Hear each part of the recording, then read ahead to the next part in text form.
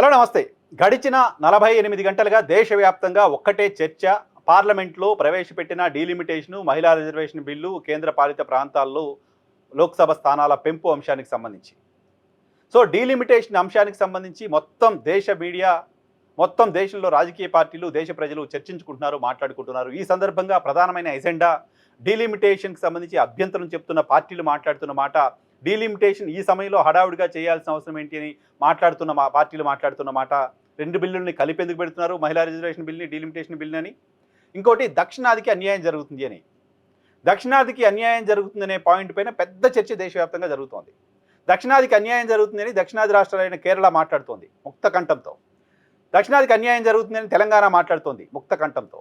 దక్షిణాదికి అన్యాయం జరుగుతుందని తమిళనాడు మాట్లాడుతోంది ముక్త కంఠంతో.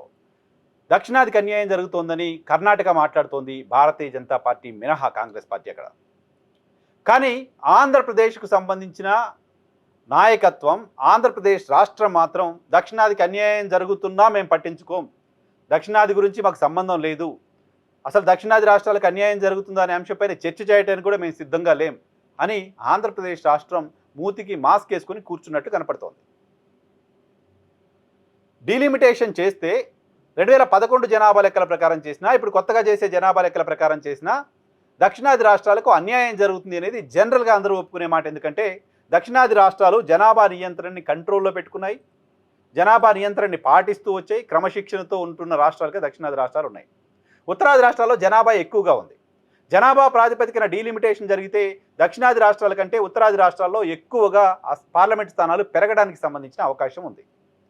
సో ఆ రేషియోలో చూసినప్పుడు క్రమశిక్షణ పాటించి భారత ప్రభుత్వం చెప్పినట్లుగా కుటుంబ నియంత్రణను పాటించిన రాష్ట్రాలకు అన్యాయం జరుగుతుంది, ఉత్తరాది రాష్ట్రాలు పాటించకుండా కేంద్రం చెప్పిన మాట వినకుండా ఉన్న రాష్ట్రాలకు మేలు జరుగుతుంది, ఎక్కువ సీట్లు వస్తున్నాయి అక్కడ అనే ఒక ఇంప్రెషన్ ఉంది.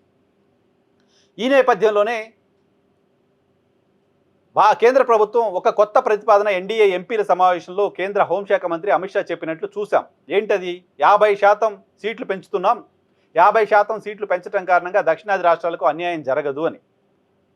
సో ఏ రాష్ట్రాల్లో జనాభా ఎంత ఉంది అనే దాంతో సంబంధం లేకుండా ఆయా రాష్ట్రాల్లో ఉన్న పార్లమెంటు స్థానాలలో 50% పార్లమెంటు స్థానాల్ని కొత్తగా యాడ్ చేసుకుంటూ పోతాం.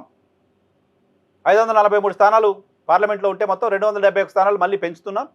ఆ పెంచినవి ప్రతి రాష్ట్రంలో ఆల్రెడీ ఉన్న స్థానాలకు ఇంకో 50% పెరుగుతూ వస్తాయి. దానివల్ల ఉత్తరప్రదేశ్కో రకంగా, తెలంగాణకో రకంగా ఉండే అవకాశం లేదు. ఉత్తరప్రదేశ్లో 50% పెరుగుతాయి, తెలంగాణలో 50% పెరుగుతాయి. ఆ పెరిగిన సీట్లను మళ్ళీ ఆయా రాష్ట్రాల్లో డీలిమిటేషన్ చేస్తున్న సందర్భంగా మాత్రమే జనాభా పాపులేషన్ బేస్ చేసుకుని ఆ రాష్ట్రాల్లో డీలిమిటేషన్ జరుగుతుంది అని కేంద్ర ప్రభుత్వం చెప్తోంది. ఎన్డీఏ ఎంపీల సమావేశంలో అమిత్ షా చెప్పారు. నిన్న పార్లమెంట్లో కూడా ఆయన అదే విషయాన్ని చెప్పారు. పర్టికులర్గా సౌత్కు సంబంధించిన తమిళనాడుకి ఏం జరుగుతుంది, తెలంగాణకి ఏం జరుగుతుంది, ఆంధ్రప్రదేశ్కి ఏం జరుగుతుంది అనే అంశాలు కూడా చెప్పారు. తెలంగాణలో ఎన్ని సీట్లు పెరుగుతున్నాయి, ఆంధ్రప్రదేశ్లో ఎన్ని సీట్లు పెరుగుతున్నాయి అనే అంశాన్ని కూడా అమిత్ షా చెప్పారు.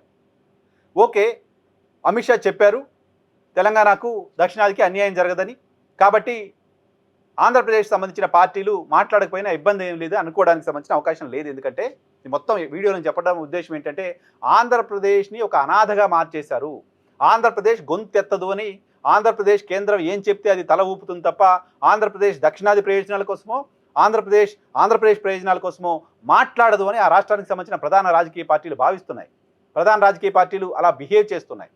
అధికారంలో ఉన్న తెలుగుదేశం పార్టీ కూటమి కావచ్చు, ప్రతిపక్షంలో ఉన్న వైఎస్ఆర్ కాంగ్రెస్ పార్టీ కావచ్చు, బేషరతుగా కేంద్రం తీసుకొస్తున్న డీలిమిటేషన్ మహిళా రిజర్వేషన్ బిల్లుకు మద్దతు ఇవ్వడం ఆంధ్రప్రదేశ్ రాష్ట్రానికి అన్యాయం చేయడం, దక్షిణాది రాష్ట్రాలకు కూడా అన్యాయం చేయడం. ఎందుకంటే ఇప్పుడు కేంద్రం చెప్తున్న 50% సీట్లు పెంచుతామనే మాట ఎన్డీఏ ఎంపీల సమావేశంలో చెప్పినా, నిన్న పార్లమెంట్లో అమిత్ షా చెప్పినా అది హామీగానే ఉంది, చట్టంలో లేదు. ఇప్పుడు మీరు ప్రవేశపెడుతున్న డీలిమిటేషన్ బిల్లులో 50% సీట్లు పెంచుతామనే అంశం లేదు. కేవలం కేంద్ర హోంశాఖ మంత్రి పార్లమెంట్లో ఒక హామీ ఇస్తే అది అమలవుతుందని ఎలా నమ్మాలి? మిగతా దక్షిణాది రాష్ట్రాలకు సంబంధించి వాళ్ళు నమ్ముతారేమో, వాళ్ళకి తెలియదేమో, కానీ తెలంగాణ, ఆంధ్రప్రదేశ్ మాత్రం నమ్మడానికి సంబంధించిన అవకాశం లేదు. ఎందుకంటే మోసపోయిన రాష్ట్రాలుగా ఉన్నాయి రెండు కూడా. ఎలా అంటే 2014లో రాష్ట్ర విభజన సందర్భంగా విభజన చట్టంలో తెలంగాణకు, విభజన చట్టంలో ఆంధ్రప్రదేశ్కు కొన్ని హామీలను కేంద్ర ప్రభుత్వం ఇచ్చింది.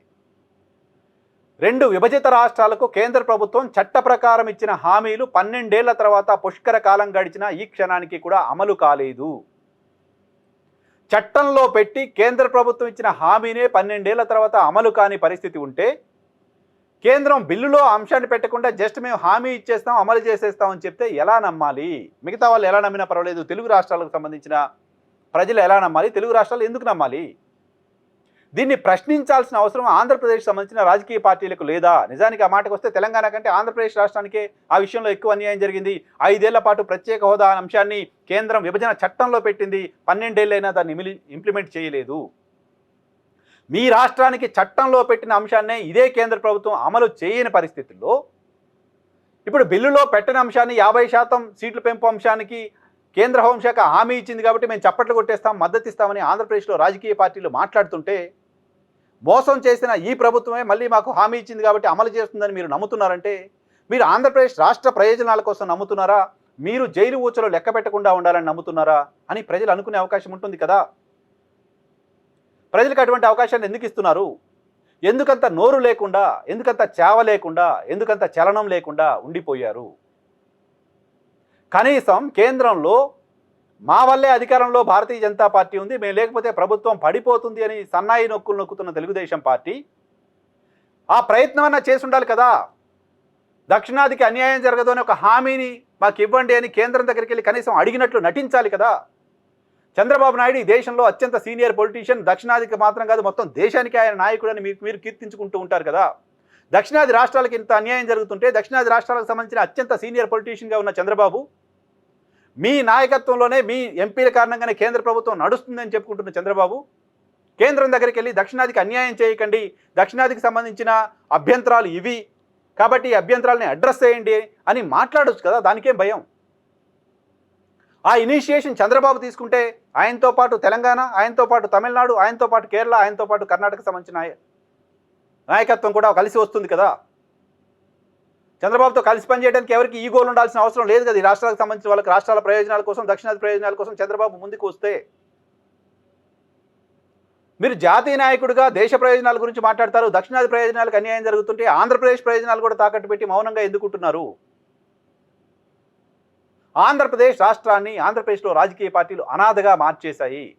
ఆంధ్రప్రదేశ్కి గొంతు లేదు అని ఆంధ్రప్రదేశ్ రాష్ట్రాన్ని కేంద్రానికి, ప్రధాని మోదీకి, భారతీయ జనతా పార్టీకి రాసిచ్చేశామని మరోసారి ప్రూవ్ చేసుకుంటున్నాయి. భారతీయ జనతా పార్టీ పాలిత రాష్ట్రాల్లో కూడా రాష్ట్రపతి ఎన్నికల్లో ఒక్కోటో, రెండోట్లో, మూడోట్లో రాష్ట్రపతికి భారతీయ జనతా పార్టీ పెట్టిన అభ్యర్థికి వ్యతిరేకంగా పడ్డాయి. కానీ మొత్తం దేశంలో 100కి 100% ఓట్లు భారతీయ జనతా పార్టీ పెట్టిన అభ్యర్థికి పడింది ఆంధ్రప్రదేశ్ రాష్ట్రం. సో భారతీయ జనతా పార్టీ జెండా ఆంధ్రప్రదేశ్ రాష్ట్రంలో ఎగరికిపోయినా, భారతీయ జనతా పార్టీ ఆంధ్రప్రదేశ్లో అధికారంలో లేకపోయినా, ఆంధ్రప్రదేశ్లో అధికారంలో ఉన్నవాళ్ళు, ఆంధ్రప్రదేశ్లో ప్రతిపక్షంలో ఉన్నవాళ్ళు, ఆంధ్రప్రదేశ్లో గెలిచిన ప్రతి ఒక్కళ్ళు భారతీయ జనతా పార్టీకి జీ హుజూర్ అనుకుంటూ పోతున్నారు. ఇది మీకు భారతీయ జనతా పార్టీ పైన ఉన్న ప్రేమను మాత్రమే కాదు, భారతీయ జనతా పార్టీ పట్ల మీకున్న భయాన్ని సూచిస్తోంది. మీ భయము, మీ ప్రేమ ఆంధ్రప్రదేశ్ రాష్ట్రానికి అన్యాయం చేస్తున్నాయి, ఆంధ్రప్రదేశ్ రాష్ట్రాన్ని అనాథం చేస్తున్నాయి. ఆంధ్రప్రదేశ్ రాష్ట్రం వైపు మిగతా దక్షిణాది రాష్ట్రాలంతా దీనంగా చూసే పరిస్థితిని తీసుకొస్తున్నాయి. ఎందుకు ఆంధ్రప్రదేశ్ ఇలా అయిపోయింది? ఎందుకు ఆంధ్రప్రదేశ్ ఇంత బేలగా అయిపోయింది? ఎందుకు ఆంధ్రప్రదేశ్ ఇంత నోరు లేకుండా అయిపోయింది? ఎందుకు ఆంధ్రప్రదేశ్ రాష్ట్రాన్ని ఇలా అనాథగా చేశారు ఆ రాష్ట్రానికి సంబంధించిన నాయకులు అంతా అని దేశమంతా మాట్లాడుకునే పరిస్థితికి కారణమవుతోంది ఆంధ్రప్రదేశ్లో రాజకీయ పార్టీల నాయకుల ప్రకటనలు, వాళ్ళ బిహేవియర్. ఆంధ్రాని అనాథన చేయకుండా దక్షిణాది కోసం చంద్రబాబు నోరెత్తాల్సిన అవసరం ఉంది. నోరెత్తితే ఏమవుతుందనే భయం మీకుంటే చేయగలిగింది ఏం లేదు. కానీ దేశం ముందు, దక్షిణాది ముందు ఆంధ్రప్రదేశ్ రాజకీయ పార్టీల నాయకులు పరువు పోగొట్టుకుంటున్నారు.